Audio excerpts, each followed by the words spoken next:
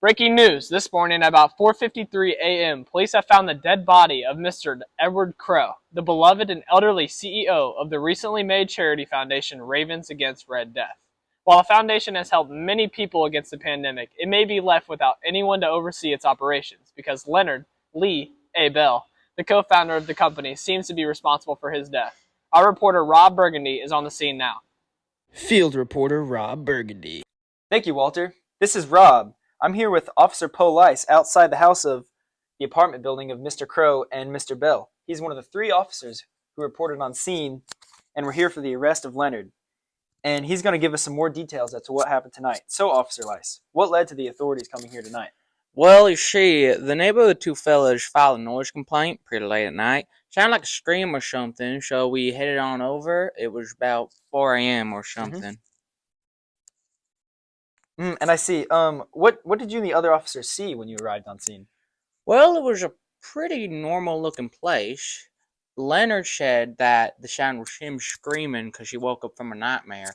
However, we now know that wasn't true at all. But, he showed us around. Everything seemed totally fine. So nothing seemed out of the ordinary when you first arrived? Well, for the most part, yeah. But, later on, it got pretty weird. He started going all crazy. Can you give me a few more details as to what crazy means? Well, we were sat down in this one room. I think it was the bedroom. Now, why do you think that? Because there was a bed. Anyways, he was talking fine one moment, but next he was, screaming and yelling and ranting about this, like, somebody under the floor. And, first we thought it was like some person, but, we then, ripped up the floorboards per his request. And no, he meant a dead body, like all cut up and stuff. And, from there, he turned himself in, and we arrested him, and now he's being interrogated at the station. Do you have anything else to add about the situation? Well, it's a pretty sad, situation. Edward was a pretty good guy. He helped a lot of people with his foundation. And, it's just really lucky that, Leonard had a few screws loose. Because honestly, if he didn't, the place was so clean, I think he would have had enough time to, at least get out of town or something.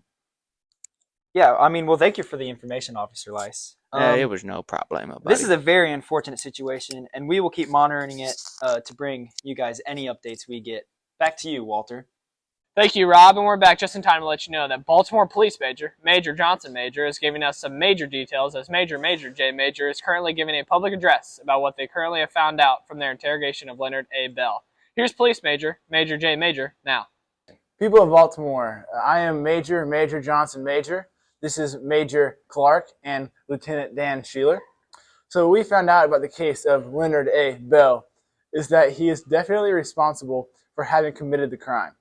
His lawyers, however, seem to be planning to plead insanity as multiple details he has given us, as well as his actions in the interrogation room, seem to be signs of visual and auditory hallucinations. He has confessed to planning out the murder of Edward Crow for a very, very, very long time. He murdered him at about 12 o'clock midnight and managed to cut up and hide his body underneath the floorboards of the bedroom without having left any residue or signs of struggle. He will be soon facing trial. Well, that is all, folks. We'll be back with any updates on the situation later. But for now, this is all we know about the case. Remember, be safe and to lock your doors at night.